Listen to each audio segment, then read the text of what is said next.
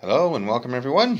We're still in turn 3 of my solo playthrough of Arms and Alliances Arnhem 44, and this video is basically right after the movement phase and before the combat phase of the Allies, that is.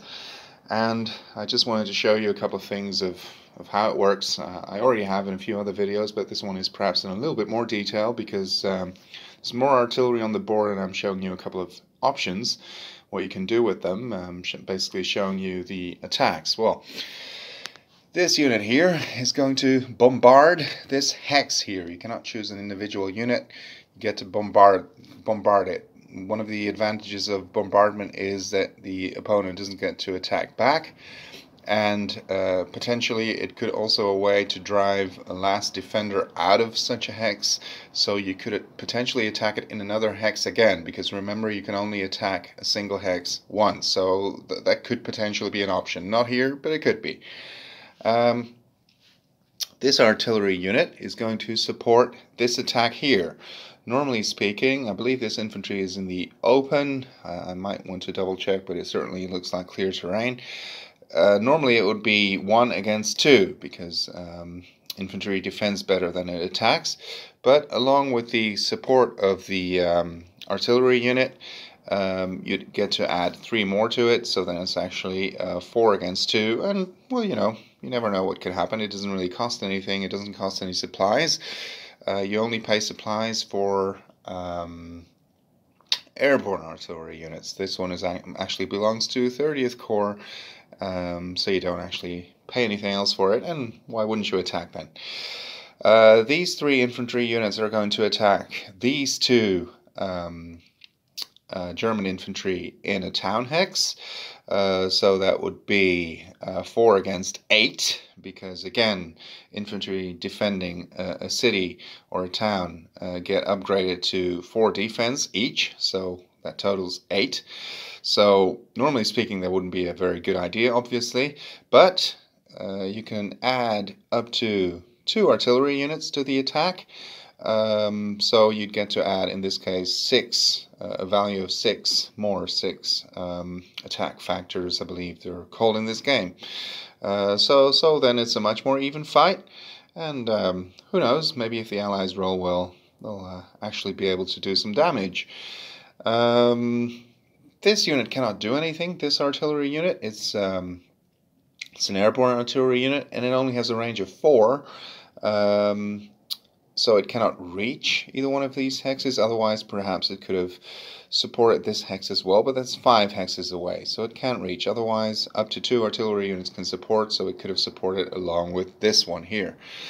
This one isn't actually attacking, this is the engineer unit. I've just added this pawn here to remind myself that by the end of the German turn, the bridge will be automatically repaired. Now let's move on to the Nijmegen front. All of these airborne infantry, so that's 6 in total, will attack this hex over here, and they will be supported by these 2 artillery units.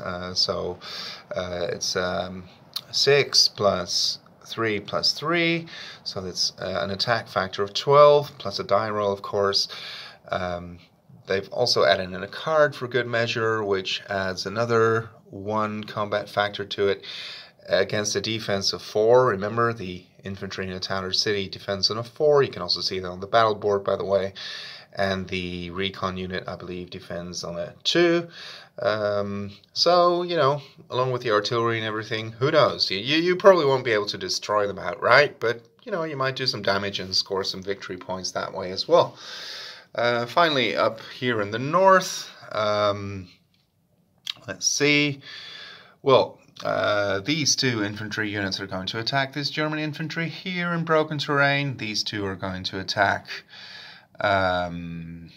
the German infantry and tank unit in Arnhem itself, obviously also with artillery support, otherwise it's practically impossible.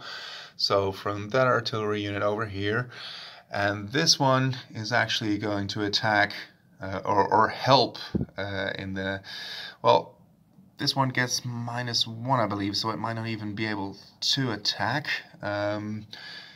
That's correct. You can't attack if you're out of supply, so this is going to be a bombardment against that hex as well. So yeah, hopefully, I mean, chances are very slim here. You have city terrain, you have a recon unit, which really decreases the odds of a successful bombardment, but you know, with a very lucky die roll, who knows what might happen, and it might ease the pressure a little bit on this out of supply lone infantry airborne unit defending Arnhem Bridge. And well, the Germans really don't want to take any risks. It's not actually against those units. The card is to help support this unit in defense against the 2 attacking infantry. So yeah, that's what is planned for the Allied combat phase, and in the next video we'll see how everything turned out. Thank you for watching again. I hope you enjoyed, and see you on the next one.